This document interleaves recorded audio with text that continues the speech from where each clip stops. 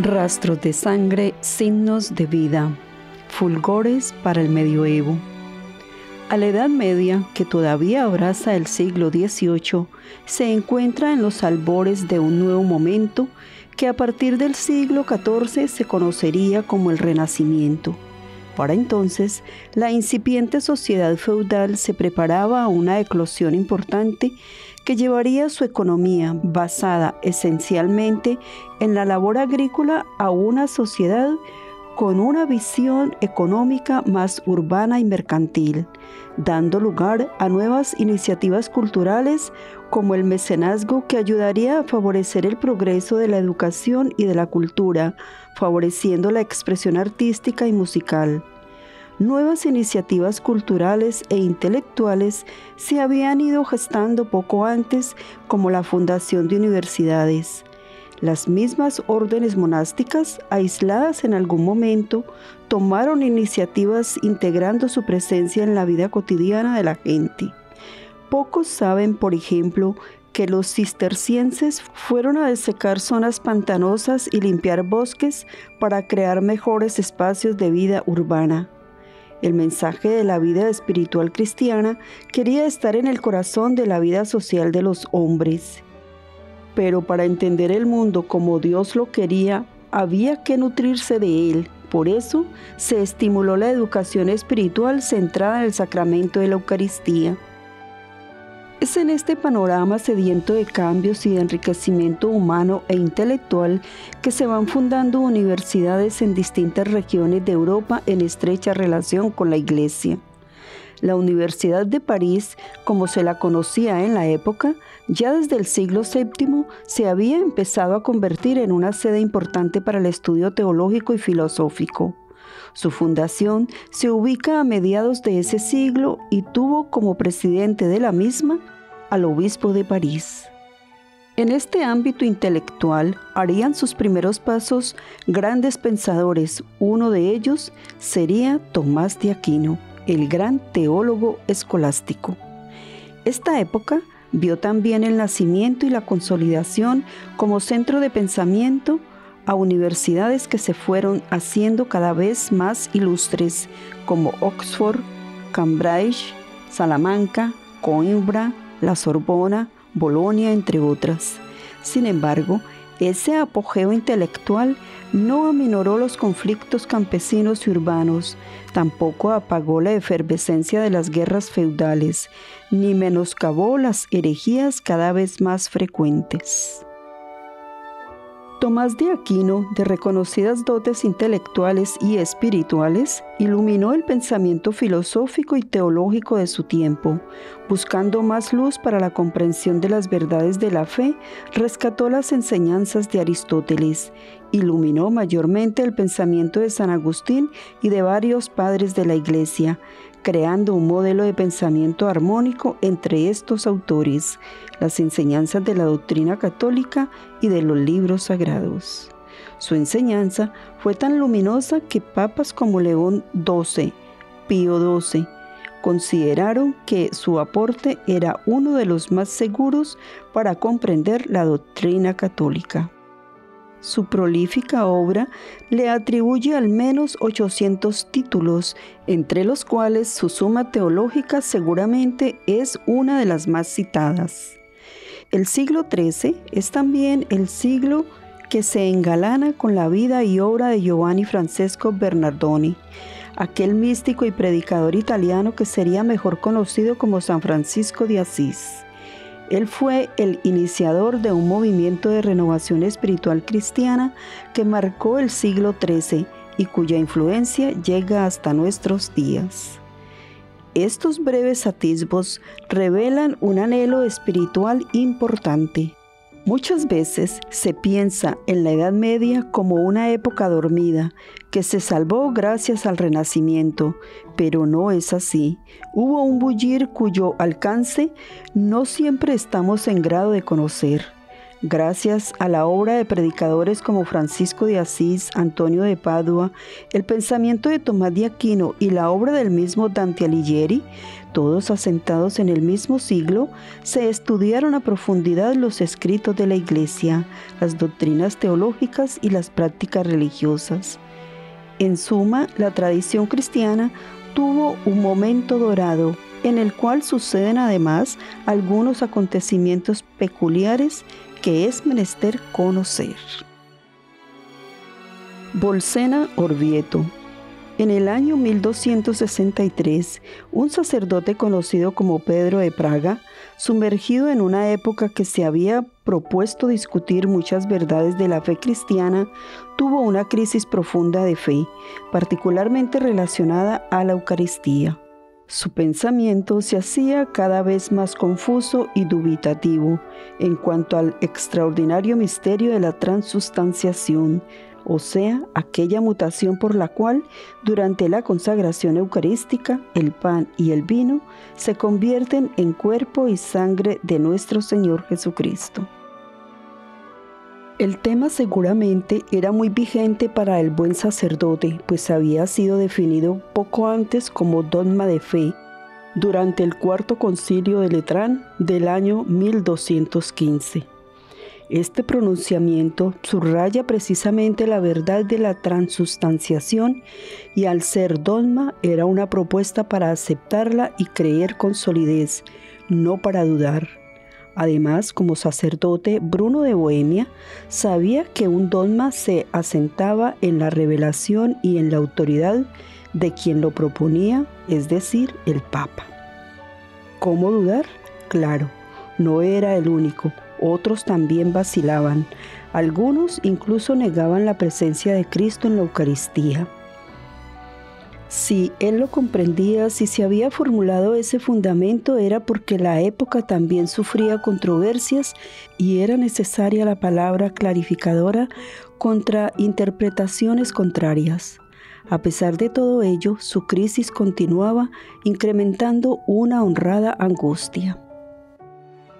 Motivado por su humildad y deseo honesto de comprensión, no quería permitir que sus cuestionamientos nublaran su mente e impidieran el ingreso de la verdad a su corazón, por lo que decidió iniciar un peregrinaje de penitencia y reflexión a Roma. Quería visitar la ciudad santa y orar ante la tumba de San Pedro, el primer papa, solicitando su intercesión para recibir aquella paz interior que ansiosamente buscaba. Cumplido el peregrinaje, retornaba a su país, pero se detuvo en Bolsena, una pequeña ciudad de Umbría, donde pernoctó. Durante su estancia, pidió celebrar la Santa Misa en la cripta dedicada a Santa Cristina. Su mente fresca, renovada por la oración, estaba atenta a comprender mejor la verdad y quiso celebrar su misa con la mayor devoción posible. Luego de consagrar la hostia y el vino, empezó a contemplar estupefacto que de la hostia consagrada que retenía entre sus dedos brotaba una abundante cantidad de sangre. Muy impresionado por el hecho, emocionado en alto grado, no quiso traslucir hacia los presentes aquello que estaba experimentando. Luego de concluida la celebración, envolvió la hostia sangrante en el corporal que tenía a su alcance y se dirigió a la sacristía. En ese afán, no pudo evitar que algunas gotas cayeran al suelo, llamando la atención de los presentes que descubrieron así el secreto. En esta temporada, el Papa Urbano IV se encontraba en Orvieto, una población cercana a Bolsena, por lo que el padre Bruno decidió ir a buscarle para referirle lo sucedido. El Papa escuchó al sorprendido y arrepentido sacerdote, luego de lo cual solicitó al obispo de Orvieto que se dirigiera a Bolsena para recoger el corporal que contenía tan preciado tesoro y lo trajese a la iglesia de Orvieto. El Papa, muy sobrecogido, junto a sus cardenales, obispos y religiosos y un gran número de devotos, conmovidos hasta las lágrimas, fue a recibir el maravilloso signo al lugar del torrente conocido como Río Chiaro. Habiendo verificado el suceso, animado por tan excelso acontecimiento, decretó que el extraordinario signo se llevase a la iglesia de Orvieto, seguramente porque él estaba consciente de que en esa época uno de los principales núcleos de las diversas corrientes religiosas heréticas era precisamente Orvieto. Pero su iniciativa no concluyó con ello. El 8 de septiembre del año 1264, con la bula, decretó la famosa fiesta del Cuerpo del Señor o Corpus Christi, honrando así la presencia de Cristo en el sacramento de la Eucaristía. Deseoso de otorgarle la mayor solemnidad posible, Urbano IV invitó al doctor Tomás de Aquino a componer el oficio litúrgico de la celebración, que hoy es reconocido como uno de los más hermosos del breviario y del misal romano. Parte de ese oficio es el canto del Tantum Ergo, que se canta con frecuencia en las solemnidades eucarísticas.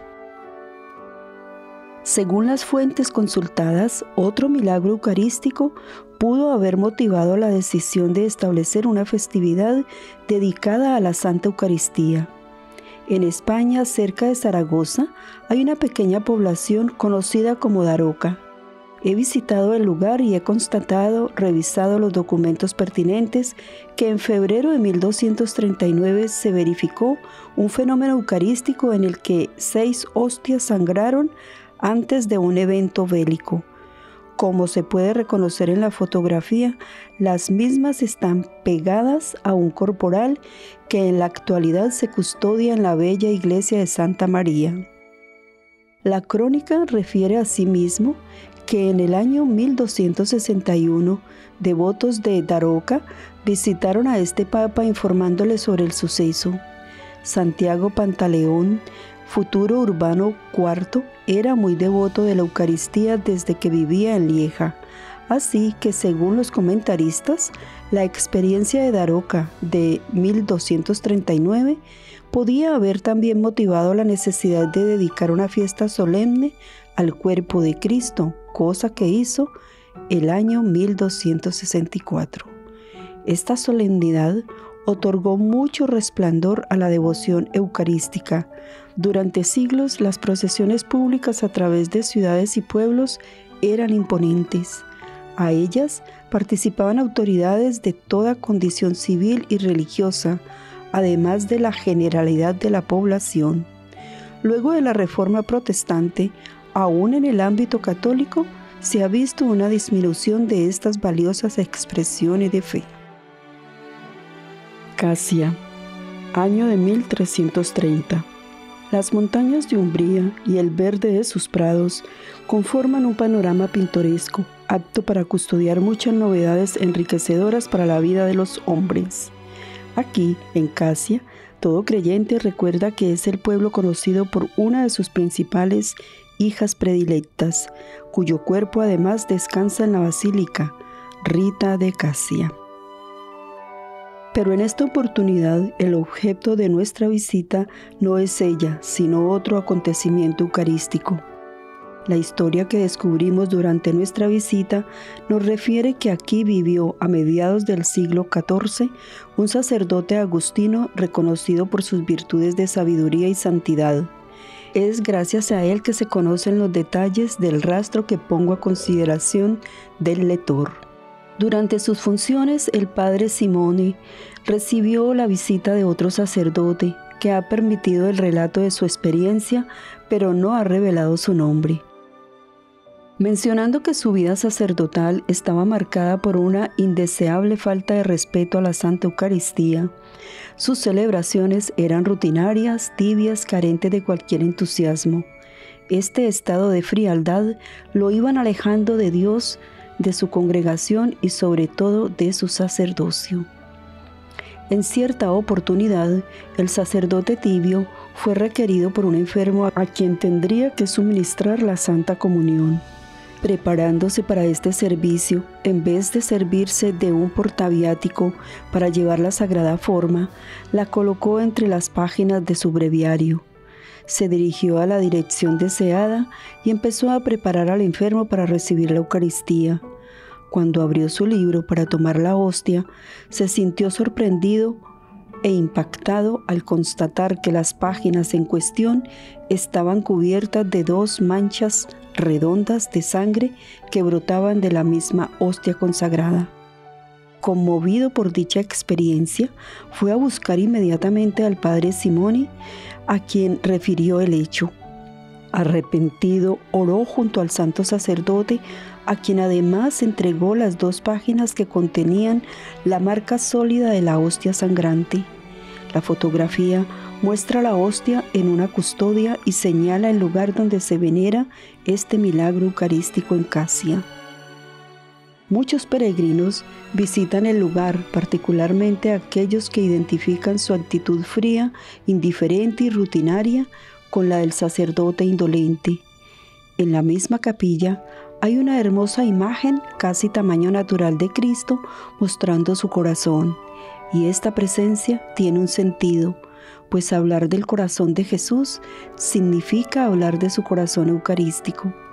Por eso, el peregrino apático, buscando rescatar sus sentimientos más profundos de amor hacia un Cristo eucarístico que en algún momento se le hizo distante, tiene la oportunidad de recordar aquellas palabras que Jesús dijo a Margarita María de Alacoque entre el 13 y el 20 de junio de 1675. He aquí el corazón que tanto ha amado a los hombres y que no ha ahorrado nada hasta el extremo de agotarse y consumirse para testimoniarles su amor. Y en compensación solo recibe de la mayoría de ellos ingratitudes por medio de sus irreverencias y sacrilegios, así como por la frialdad y menosprecio que tienen para conmigo en este sacramento de amor. Pero lo que más me duele es que se comporten así los corazones que se me han consagrado. Por eso te pido que el primer viernes después de la octava del Corpus se celebre una fiesta especial para honrar a mi corazón y que se comulgue dicho día para pedir perdón y reparar los ultrajes por él recibidos durante el tiempo que ha permanecido expuesto en los altares. También te prometo que mi corazón se dilatará para esparcir en abundancia las influencias de su divino amor sobre quienes le hagan ese honor y procuren que se le tribute. Gorkum, Holanda. El Escorial de España, año de 1572. En mayo del año 2003, mientras yo radicaba en España, un productor de documentales, don Andrés Garrigó, me puso en conocimiento de la sagrada forma del Escorial. Merced a sus gestiones, tuve la posibilidad, junto a otros colegas, de visitar otro acontecimiento eucarístico que, además de su calidad extraordinaria y riqueza espiritual, contiene para el creyente un gran significado humano, pues muestra la inquebrantable fe de muchos católicos que afrontaron una gran variedad de vicisitudes, a fin de resguardar una herencia que por su valor tenía que llegar con su testimonio intacto a las generaciones futuras. Sabedor de nuestra tarea investigativa, tuvo la bondad de ilustrarnos sobre todo el itinerario de esta sagrada forma el profesor Benito Mediavilla Martín, seguramente el mayor conocedor de este acontecimiento y autor de la obra La Sagrada Forma del Escorial. A ella haremos referencia para completar aquellos datos que no provengan de su relato personal que hemos registrado en voz e imagen. El contexto en el cual nos sitúa este amable estudioso es el siglo XVI, una época en la cual la Iglesia sufrió las consecuencias de muchas inconductas provenientes de las mismas autoridades religiosas. El gobierno del Papa Alejandro VI de la familia Borgia es un ejemplo de lo mencionado. No solo mancilló la disciplina espiritual y moral que su cargo imponía, sino que también desangró las arcas papales, acumulando una gran fortuna para su hijo y su hija. Lejanas quedaban las nobles intenciones de la Alta Edad Media, en las que su ardor estaba enraizado esencialmente en el deseo de convertir infieles y enseñarles la importancia de una vida piadosa unida a una moral recta. Para entonces la Iglesia se había enriquecido. Las principales autoridades religiosas encontraban mayor solaz en su fastuoso palacio, en el arte, en la música y en la literatura, más que en la evangelización, la oración, la mortificación. Por cierto, tampoco faltaban las nobles excepciones de aquellos sacerdotes de ámbitos parroquiales que se mantenían alejados de cualquier exceso o apego a los deleites terrenos, que muchos de sus superiores sí gozaban. La actitud religiosa beligerante había promovido un rechazo a todo aquello que tuviera que ver con el contexto católico. Se profanaban templos, se destrozaban imágenes, muchos religiosos eran maltratados y perseguidos. El padre Mediavilla menciona que algunos secuaces de Ulrico Zwinglio decidieron invadir a finales de junio de 1572 los predios de la Iglesia Católica en Gorkum, situada a algo más de 50 kilómetros al sudoeste de La Haya, Holanda, que entonces correspondía al reinado de Felipe II, rey de España. Cuando un grupo de soldados penetró violentamente en la iglesia de Gorkum, uno de los individuos se apoderó de una hostia consagrada y la arrojó al suelo para luego pisotearla en una clara actitud de agravio. Pero tardó poco en sentirse sorprendido al observar delante de sí un acontecimiento único y extraordinario. Los clavos del taco de su calzado o bota abrieron 3 orificios de los que inexplicablemente empezó a brotar sangre. Según Mediavilla, es probable que ante semejante portento, por el asombro, el mismo autor del hecho hubiera buscado al rector de la iglesia, al padre Juan van der Delf, para que recogiera la forma sangrante. Esta suposición se sostiene al constatar que cuando el rector se enteró de los hechos y admiró la hostia empapada en sangre, decidió huir. Pero aquí se crea una extraña situación, pues durante esta fuga el acompañante del sacerdote no sería otro que el mismo hombre que había realizado la profanación. Se refugiaron en un convento franciscano en la ciudad católica de Malinas, donde el profanador tuvo tiempo de reflexionar.